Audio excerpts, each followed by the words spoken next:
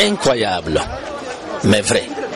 C'est un immeuble de 6 étages en construction qui s'est effondré ici à Conakry aux environs de 17 h mardi 21 août 2012.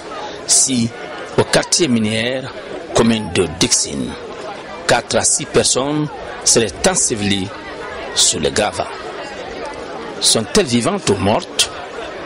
24 heures après, la question demeure entière.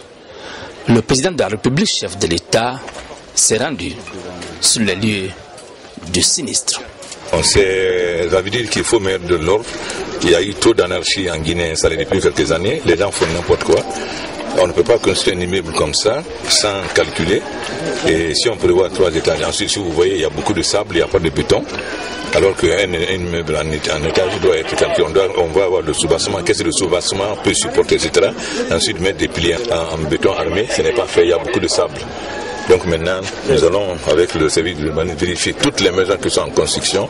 On va les faire vérifier désormais par les sociétés spécialisées.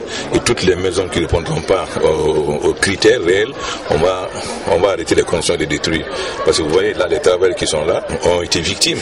Et les pauvres, ils viennent travailler et ils trouvent, on ne sait pas s'il n'y a pas de mort quand on va dégager. On va venir en aide dans leur famille. Mais surtout, on va prendre des dispositions maintenant. On ne va plus laisser les gens construire n'importe comment.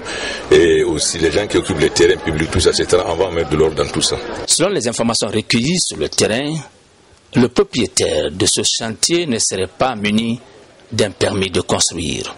Pire, l'architecte principal qui a conçu le plan de construction de cet immeuble aurait été dessaisi du chantier au profit d'un expatrié, lequel aurait décidé de faire 6 étages en lieu et place de 2 étages initialement prévus. Toutefois, à vue d'œil, il y a plus de sable dans les gravats que du ciment et gravier bétonné.